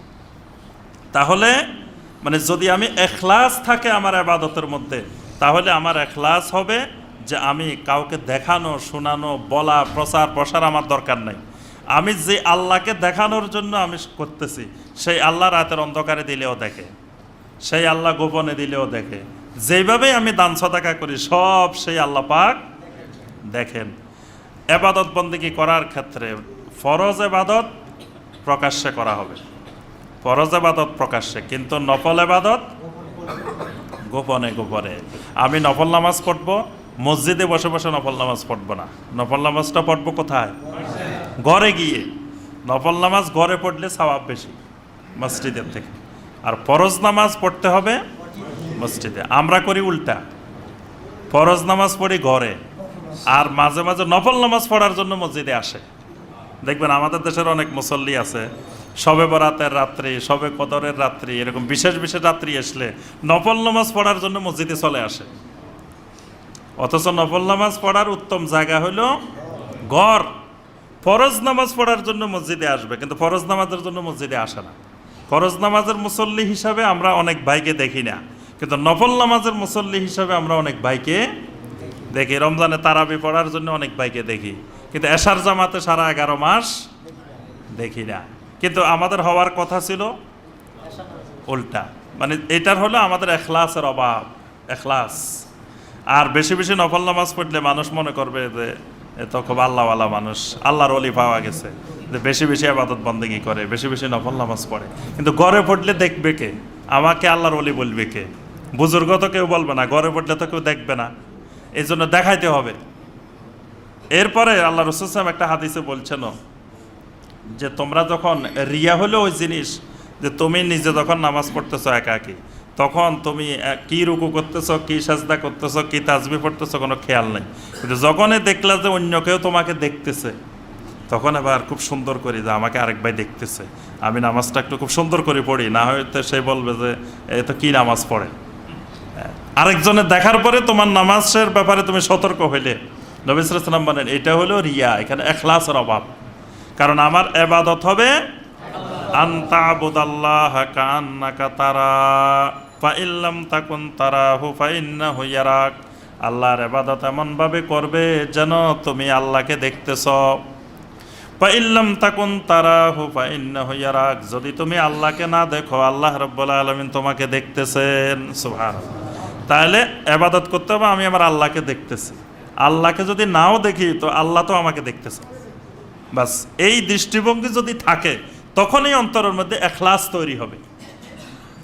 আর এই দৃষ্টিভঙ্গির বাহিরে গেলেই তখন ইখলাস নষ্ট হয়ে যাবে। আল্লাহ পাক বলেন ইল্লা ইবাদাল্লাহিল মুখলাসিন, কিয়ামতের ময়দানে আল্লাহর কিছু মুখলেস বান্দা থাকবে।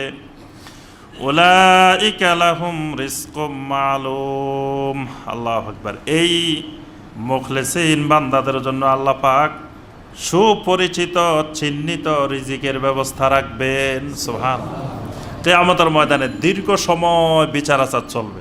তো এই দীর্ঘ সময় কি এরা না খেয়ে থাকবে? এরা তো আল্লাহ সুবহানাহু ওয়া তাআলার মুখলেসিন বান্দা, এরা আল্লাহর ইবাদত করতো আল্লাহর জন্য একমাত্র ইখলাসের সাথে। আল্লাহ পাক এই জন্য কিয়ামতের ময়দানে এদের জন্য উলাইকা লাহুম রিজকুম মালুম, এদের জন্য অত্যন্ত চিহ্নিত সুপরিচিত রিজিকের ব্যবস্থা। চিহ্নিত রিজিক মানে প্রথম যখন আপনি গেছেন, প্রথম দফার মেহমানদারিতে যদি অপরিচিত খাবার অপরিচিত নিয়ে আসে, তখন আপনার কাছে অন্যরকম মনে হবে যে কী জিনিস দিল, এটা মজা হয় না, স্বাদ হয় না, কি হয় না হয় একটা মনে। কিন্তু যদি চীনা জিনিস, আপনার খুব পছন্দের জিনিস, যেটা আগে থেকে খাইছেন, আপনি এটা খুব পছন্দ করেন, এরকম পরিচিত জিনিস, তাহলে কিন্তু আপনার খুব আগ্রহ বাড়বে যে আমার পছন্দের জিনিসটা দিছে। তা আল্লাহ পাক আল্লাহর এই মুখলেসিন বান্দাদের মেহমানদারির জন্য রিজকে মালুম, মানে তার পরিচিত খাবারটা যেটা সে খুব পছন্দ করে, আল্লাহ পাক এই রিজিকের ব্যবস্থা তার জন্য রাখবেন। ফাওয়াকিহু ওয়া হুম মুকরামুন, আল্লাহ পাক বলেন ফাওয়াকে, ওই সুপরিচিত রিজিকের মধ্যে অন্যতম হলো ফল ফলাদি। সুবহানাল্লাহ, মানে যে সকল ফল ফলাদি সে আগে থেকে চিনে, তার সাথে পরিচিত, এইরকম ফল ফলাদি দিয়ে আল্লাহ মেহমানদারি করবেন। সুবহানাল্লাহ। ওয়া হুম মুকরামুন, এবং তাকে সর্বোচ্চ সম্মাননা দেওয়া হবে। সুবহানাল্লাহ, সম্মানের সাথে এই মেহমানদারির সাথে সাথে ওয়া হুম মুকরামুন। একটা হয়েছে মেহমান আসছে, আসার পরে তো এনে ফল তল চা বিস্কুট সব দিয়ে বাড়িওয়ালার আর খবর নাই, বাড়ির মালিক চলে গেছে, এবার তুমি বেটা এখানে বসে বসে একা একা খাও, সব দিছে। এটা হলো এক ধরনের মেহমানদারি। আরেকটা হলো দেওয়ার সাথে সাথে খুব আন্তরিকতার সাথে মেজবান বাড়ির মালিক বসে যে ভাই নেন, আরেকটু নেন, ভাই এই যে এটা নেন, ভাই এটা করেন, এই আরেকটা মেহমানদারি। তা আল্লাহ পাক বলতেছে খালি ফল কতগুলো দিয়ে আমি বসাই দিব যে অনেক কষ্ট করি এসছো খাও, এরকম না। ওয়াহুম মুকরামুন, সুবহানাল্লাহ। আল্লাহ বলতেছে সম্মানের সাথে, অতি সম্মানের সাথে এই ফলগুলো দেওয়া হবে। সুবহানাল্লাহ, মানে ফল দেওয়ার পাশাপাশি আল্লাহ পাক নিজেই মেহমানদারি করবেন। সুবহানাল্লাহ, কারণ এরা আল্লাহর মুখলাসিন বান্দা। ফি জান্নাতিন নাঈম, এদেরকে এমন এক জান্নাতে দেওয়া হবে যে জান্নাতটা হবে নেয়ামতে পরিপূর্ণ।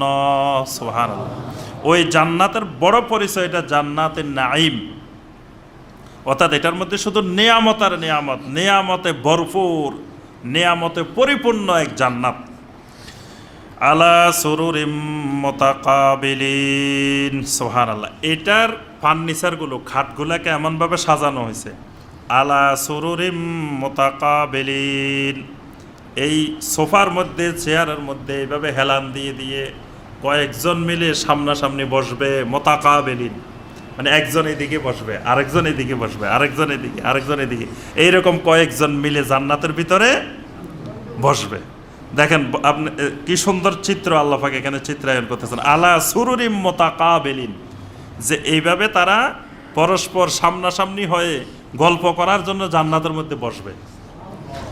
ইউতাফু আলাইহিম বিকাসিম মিন মাইন, আর যারা তাদের জন্য পরিবেশনকারী, তারা চতুর্দিকে ঘুরে ঘুরে পরিবেশন করবে।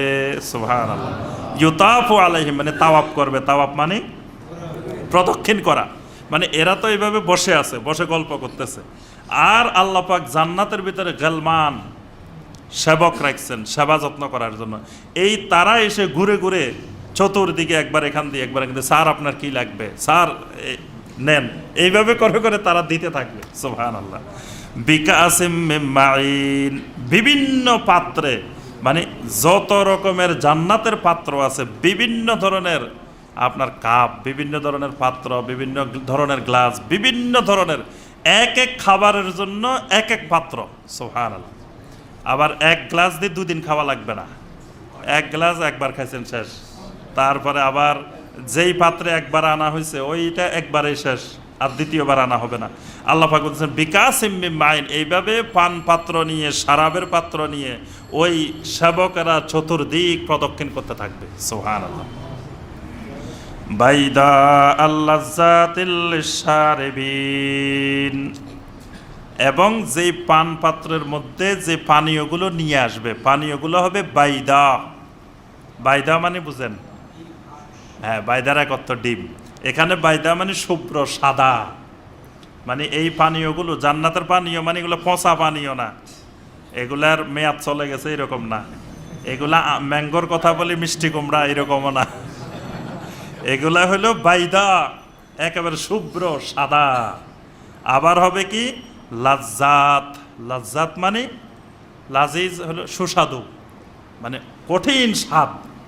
এই যে পানীয়গুলো আনা হবে এগুলো হবে বাইদা, এগুলো হবে লাজ্জাত মানে শুভ্র সাদা, এবং এগুলো হবে অত্যন্ত সুস্বাদু। লিসারেবিন পানকারীদের জন্য, যারা এগুলো পান করবে তাদের জন্য এগুলো সাদা, একেবারে দবদবে সাদা দুধের মতো। আবার এগুলো হবে লাজ্জাত, অত্যন্ত সুস্বাদু। সুবহানাল্লাহ। লা ফিহা কাউলুন ওয়ালা হুম আনহা ইউনজাফুন, যেই জায়গার মধ্যে তারা এইভাবে বসে গল্প করবে, লা ফিহা কাউলুন, এখানে কোনো ধরনের শোরগোল নাই, মানে একেবারে নীরব নিস্তব্ধ জায়গা। এখানে কোনো ধরনের হই হুল্লোড়, চিৎকার, চেঁচামেচি, চতুর্দিকে এগুলা নাই, মানে নীরবে সুন্দর একটা পরিবেশে বাগানের ভিতরে বসে তারা এইভাবে সামনাসামনি বসে গল্প করবে। লা ফিহা গাউলুন, এখানে কোনো ধরনের শোরগোল নাই। ওয়ালা হুম আনহা ইউনজাফুন, এবং এখান থেকে তাদেরকে বিতাড়িত করারও কেউ নাই। কেউ আসে বলবে না এই ভাই রাত 10টা বেজে গেছে উঠেন, 10টার পরে আর এখানে বসা যাবে না, এখন তালা লাগাই দেওয়া হবে, এখন এখানে বন্ধ করে দেওয়া হবে, বের হয়ে যান পার্কের থেকে। জান্নাতের পার্ক থেকে কেউ বের করার নাই। ওয়ালা হুম আনহা ইউনজাফুন। সুবহানাল্লাহ। আল্লাহ পাক বলতেছেন এখানে তারা যতক্ষণ মনে চায় এতক্ষণ তারা এখানে বসে গল্প করবে, এদেরকে বের করার কেউ নাই। সুবহানাল্লাহ। ওয়া ইনদাহুম কাসিরাতুত তারফিন, এরপরে আল্লাহ রাব্বুল আলামিন তাদের জন্য কাসিরাতুত তারফিন আরেকটা বড় ধরনের পুরস্কার নিয়ে আসবেন। জান্নাতের যে হুরেরা থাকবেন এরা হবে কাসিরাতুত তারফে, এদের দৃষ্টি হবে অবনতা, মানে দৃষ্টিটা হবে কাসিরাত। কাসিরাত মানে লম্বা দৃষ্টি না, ছোট দৃষ্টি।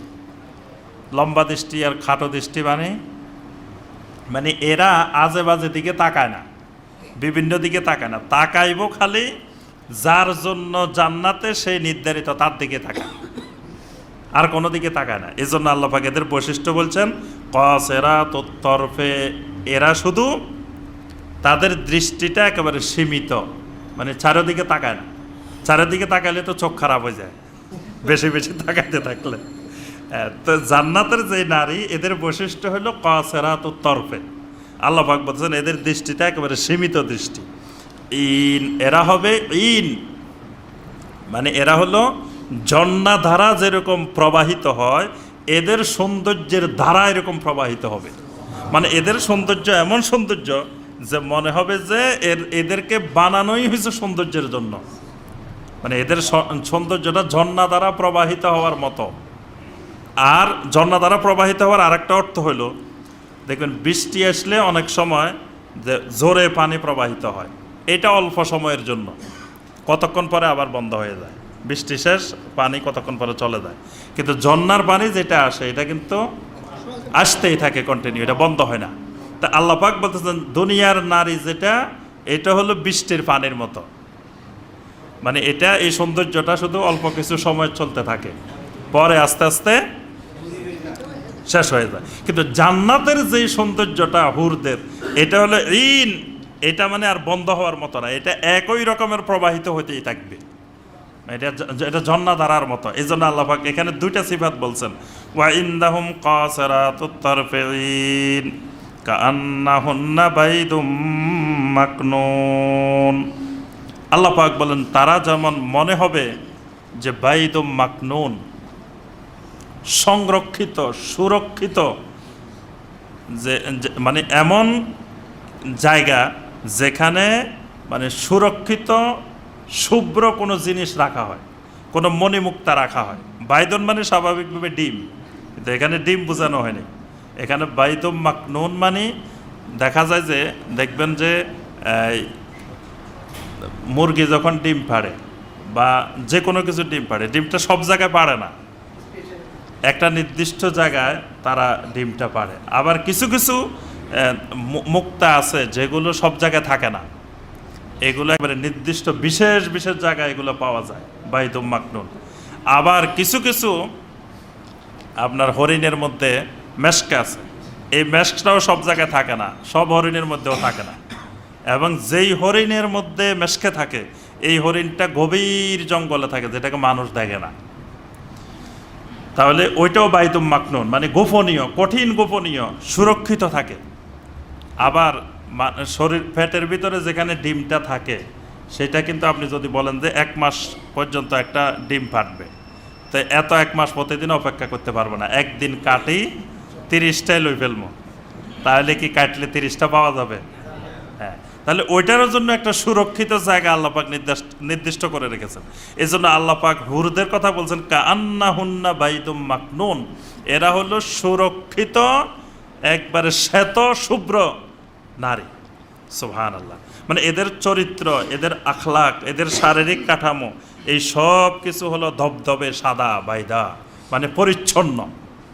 এখানে ধবধবে সাদা বলতে একেবারে সাদা না, ইংরেজদের মতো না, আবার জান্নাতের হুর যে ইউরোপের মহিলাদের মতো মনে হয় না। এখানে বাইদুন বলতে মানে আল্লাহ পাক বুঝাতে চাচ্ছেন এরা পরিচ্ছন্ন, আর মাকনুন হলো এরা একেবারে সুরক্ষিত। মানে সুরক্ষিত বলতে এদের প্রতি কেউ কোনোদিন দৃষ্টিও দেয় নাই, এরাও কোনো দিকে দৃষ্টি দেয় নাই, এরকম মাকনুন, সুরক্ষিত। আল্লাহ সুবহানাহু ওয়া তাআলা এর পরের আয়াতে বলেন ফাআকবালা বাদুহুম আলা বাদিন ইয়াতাসাআলুন। জান্নাতের এই হুরদের বর্ণনা এগুলো দেওয়ার পরে আল্লাহ পাক বলতেছেন যে এমন সময় এই গল্প করতে করতে, মানে 4-5 জন বসছে, তো বসার পরে একদিকে তাদের জন্য ওই যে পানিও আসছে, বাইদা আলাজ্জাতিল লিশারিবিন, এগুলোও খাইতেছে। এমন সময় আবার কাসরাতুত তরফে ওই যে হুরেরও আশেপাশে দিয়ে ঘোরাঘুরি করতেছে। এমন সময় একজন আরেকজনের বলা বলি করবে, ক্বালা কাইলুম মিনহুম ইন্নী কানা লি কারিন। একজন আরেকজনকে বলে, ভাই দুনিয়াতে যখন ছিলাম তখন আমার এক বন্ধু ছিল, এক প্রতিবেশী ছিল। ইয়াকুলু আইন্নাকা লামিনাল মুসাদ্দিকিন। ওই বন্ধু এসে একদিন আমাকে বলছিল যে এই ভাই তুমি কি বিশ্বাস করছো? এটা কি বিশ্বাস করছো? আইজা মিতনা ওয়া কুন্না তুরাবান ওয়া ইজামান আইন্না লামাদিনুন, যে আমরা নাকি মারা যাওয়ার পরে, মাটি হয়ে যাওয়ার পরে, মিশ্রিত হয়ে যাওয়ার পরে আবার নাকি কিয়ামতের দিন আমরা মাটি থেকে উঠব, এই কথা কি বিশ্বাস করছো? মানে একই সমাজে বা একসাথে চলাফেরা করে একজন ইমানদার আরেকজন ইমানদার নয়, তো ওই যেটা ইমানদার না সেটাই এসে এর জিজ্ঞেস করতেছে যে এই দোস্ত তুই নাকি এটা বিশ্বাস করে ফেলছ, তুই নাকি এটা বিশ্বাস করছো যে আখেরাত আছে? আমি তো এটা বিশ্বাস করি না, আখেরাত বলতে কিচ্ছু নাই। এই যে লোকটা বলছিল দুনিয়াতে, ওই লোকটার কথা মনে পড়ছে, সবার কাছে গল্প করতেছে যে ভাই দুনিয়াতে এরকম এক লোকে আমারে বলছিল, আমি যদি তো তার কথা শুনতাম তো আমার সব বরবাদ, আমি তার কথা শুনি নাই। মানে এটা গল্প করতেছে বাকিদের সাথে। আল্লাহ পাক বলেন এমন সময় ক্বালা হাল আনতুম মুত্তালিউন, এমন সময় তারা বলবে ওই লোকটার সাথে কি তোমার এখানে দেখা হয়েছে নাকি? মানে যে লোকটার সাথে দুনিয়াতে তোমার কথাবার্তা হয়েছিল, এই লোকটারে কি দেখছো? এখানে কি অবস্থা তার? ফাত্তালা ফারাআহু ফি সাওয়াইল জাহিম। আল্লাহ পাক বলেন এমন সময় এটা বলার সাথে সাথে জাহান্নামের ভিতর থেকে ওই লোকটাকে সে দেখতে পাবে, বসে আছে জান্নাতে, আর জান্নাতে বসে সবার সাথে গল্প করতেছে। গল্প করার সাথে সাথে যে লোকটার গল্প করবে ওই লোকটা কোথায় আছে এটা আল্লাহ পাক তাকে সাথে সাথে দেখাই দিচ্ছেন। সুবহানাল্লাহ, কি ব্যবস্থাপনা দেখেন, আল্লাহু আকবার।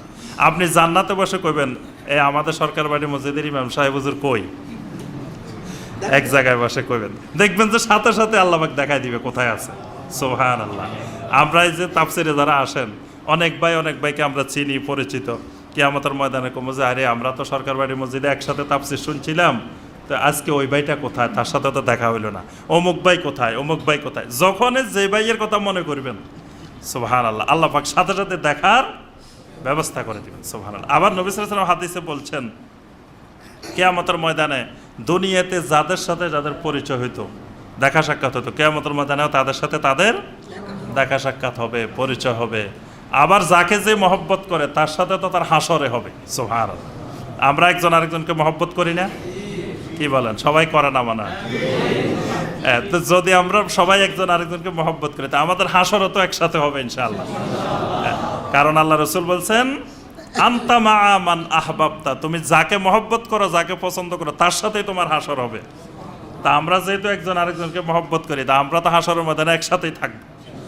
হাসরের ময়দানে আমরা একটা ব্যানার বানাই নিব যে সরকার বাড়ির তাফসিরুল কোরআনের শ্রোতা, তাফসিরুল কোরআনের শ্রোতা দর্শক, তাফসিরুল কোরআনের মুহিব্বিন, যে আমরা সবাই কোরআন মহব্বত করতাম, কোরআনের তাফসির মহব্বত করতাম। সুবহানাল্লাহ। আল্লাহ পাক আমাদের সবাইকে আসহাবুল জান্নাহ হওয়ার তৌফিক দান করুন। আল্লাহ সুবহানাহু ওয়া তাআলা আমাদেরকে সবাইকে কোরআনের মুহিব্বিন বানিয়ে দিন। আল্লাহ পাক আমাদের সবাইকে কোরআন মেনে চলার, কোরআন ভিত্তিক জীবন গঠন করার তৌফিক দান করুন। আল্লাহ পাক আমাদের জীবনের সকল গুনাহগুলোকে মাফ করে দিন। জাহান্নাম থেকে আল্লাহ পাক আমাদের সবাইকে হেফাজত করুন। আল্লাহ পাক আমাদের সন্তান সন্ততিদেরকে কবুল করুন। আমাদের শিশুদেরকে আল্লাহ সুবহানাহু ওয়া তাআলা কবুল করুন। আমাদের যে শিশুরা আজকে আমাদের সামনে কোরআন তেলাওয়াত শুনাইলেন, আমাদের সামনে বিভিন্ন দোয়া, তারপরে মাসালা মাসাইল শুনাইলেন, আল্লাহ পাক তাদের সবাইকে কবুল করুন। এবং আমাদের পরবর্তী প্রজন্মের সকল শিশুদেরকে আল্লাহ পাক কোরআনমুখী বানিয়ে দিন। আমাদের মধ্যে যারা অসুস্থ আছেন, আল্লাহ পাক সবাইকে সুস্থতা দান করুন। সুবহানাকা আল্লাহুম্মা বিহামদিকা আশহাদু আল্লা ইলাহা ইল্লা আনতা আস্তাগফিরুকা ওয়া আতুবু ইলাইক। কাউন্সিলর সাহেবের নানি অসুস্থ, কার? কাউন্সিলরের নানি। একটু পানি। আলহামদুলিল্লাহ। একজন ভাই জানতে চেয়েছেন, আল্লাহ তাআলার শপথ করার ফলে প্রশ্ন জাগে যে তিনি তো কারো মুখাপেক্ষী নহেন, কাউকে আশ্বস্ত করার জন্য শপথ করার তার কি প্রয়োজন?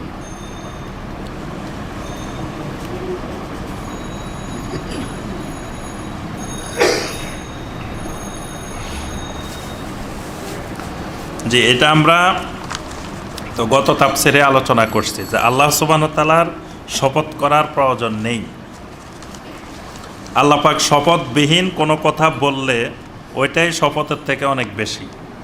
মানে আল্লাহর কথা তো প্রতিটা কথারই গুরুত্ব আছে, আল্লাহকে শপথ করে বলতে হবে যে এই কথা বেশি গুরুত্ব, এটার গুরুত্ব কম। কিন্তু আল্লাহ সুবহানাহু ওয়া তাআলা শপথ করেন যে আমরা যে সকল জিনিস সম্পর্কে জানি, যে সকল জিনিসকে ভালোভাবে চিনি, যে সকল জিনিসকে ভালোভাবে বুঝি, এটা আমাদের বোঝানোর জন্যই আল্লাহ পাক ওই জিনিসগুলো শপথ করেন। অর্থাৎ ওই জিনিসগুলো আল্লাহ পাকের একটা আশ্চর্যজনক সৃষ্টি, আর ওই জিনিসগুলো মানুষের জন্য কল্যাণকর সৃষ্টি। এরকম জিনিসগুলো আল্লাহ বেছে বেছে শপথ করেন। তো এই শপথ করার উদ্দেশ্য আমাদেরকে আশ্বস্ত করা না, শপথ করার উদ্দেশ্য হলো আমরা যেন ওই জিনিসগুলো থেকে শিক্ষা গ্রহণ করি, আর পরবর্তী যে কথাটা আল্লাহ পাক বলতেছেন এই কথাটাকে আমরা বেশি গুরুত্ব দিই। এজন্যই আল্লাহ পাক কোরআনে কারিমে শপথ করেন। আচ্ছা, সাধারণত শপথ করা হয় নিজের চেয়ে উত্তম সত্তার, কিন্তু আল্লাহ তাআলা আপন সৃষ্ট বস্তু শপথ করেছেন যা আল্লাহ অপেক্ষা উত্তম তো নয়, বরং সব দিক দিয়ে অদম। বিষয়টি কীভাবে বিশ্লেষণ করবেন? ওইটা তো বললাম, মানে আল্লাহ সুবহানাহু ওয়া তাআলার মাখলুক তো আল্লাহর থেকে শ্রেষ্ঠ হওয়ার প্রশ্নই আসে না। আর আল্লাহ পাক কোরআনে কারিমের মধ্যে মানুষকে কোরআন নাজিল করছেন মানুষের জন্য। কোরআন তো আমাদের জ্ঞানের অনুকূলে, মানে আমরা যে জ্ঞানে কোরআন বুঝতে পারবো এইরকম জ্ঞানের অনুকূলে কোরআন নাজিল করছেন।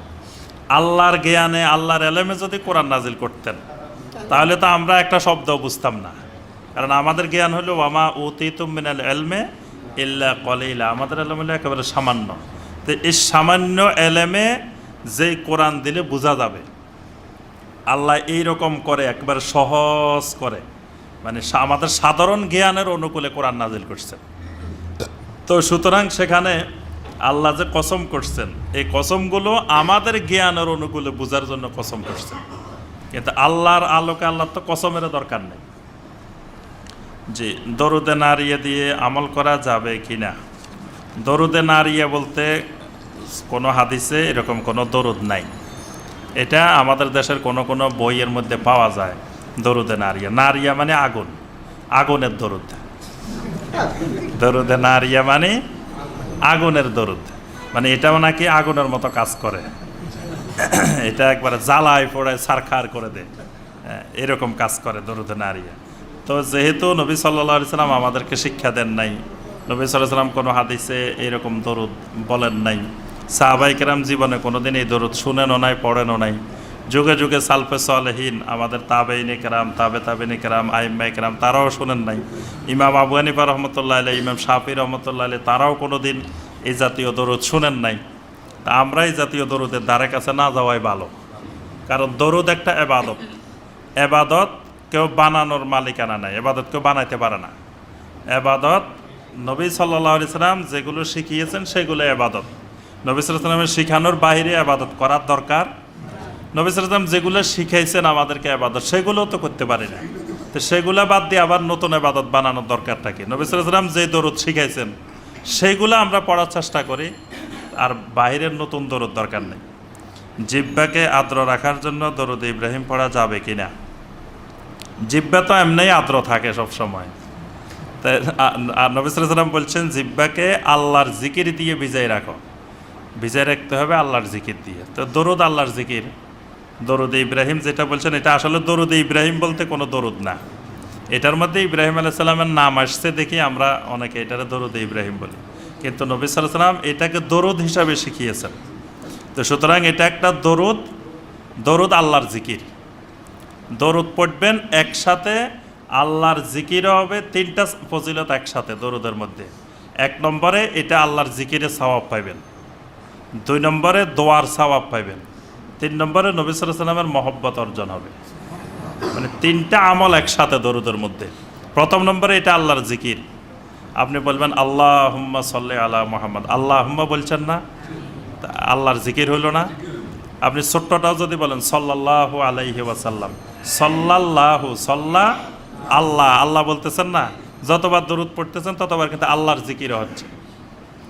দ্বিতীয় হলো এর মধ্যে দোয়া, দোয়া করতেছেন আল্লাহুম্মা সাল্লি আলা মুহাম্মদ, হে আল্লাহ মুহাম্মদ সাল্লাল্লাহু আলাইহি ওয়াসাল্লামের উপরে আপনার রহমত বর্ষণ করুন। রহমত বর্ষণের জন্য দোয়া করতেছেন, তা আল্লাহর কাছে দোয়া হচ্ছে না? এটা দোয়ার ফজিলত হচ্ছে। আবার দোয়াটা করতেছেন নবী সাল্লাল্লাহু আলাইহি ওয়াসাল্লামের জন্য। তো নবী সাল্লাল্লাহু আলাইহি ওয়াসাল্লামের জন্য দোয়া করা মানে নবী সাল্লাল্লাহু আলাইহি ওয়াসাল্লামের সাথে আপনার মহব্বত বৃদ্ধি পাবে। তাহলে নবী সাল্লাল্লাহু আলাইহি ওয়াসাল্লামের মহব্বতই ইমানের একটা অংশ। তাহলে কতগুলো বিষয় একসাথে হচ্ছে। এই জন্য এই দরুদ পড়লেও এটাও আল্লাহর জিকির। আর জিকির যেমন দাঁড়াইও পড়া যায়, বসায়ও পড়া যায়, শুয়েও পড়া যায়। আল্লাহ পাক কোরআনে কারিমে বলছেন আল্লাযীনা ইয়াযকুরুনাল্লাহা কিয়ামান ওয়া কুউদান ওয়া আলা জুনুবিহিম, যারা আল্লাহর জিকির করে দাঁড়িয়ে দাঁড়িয়ে, আল্লাহর জিকির করে বসে বসে, আল্লাহর জিকির করে শুয়ে শুয়ে।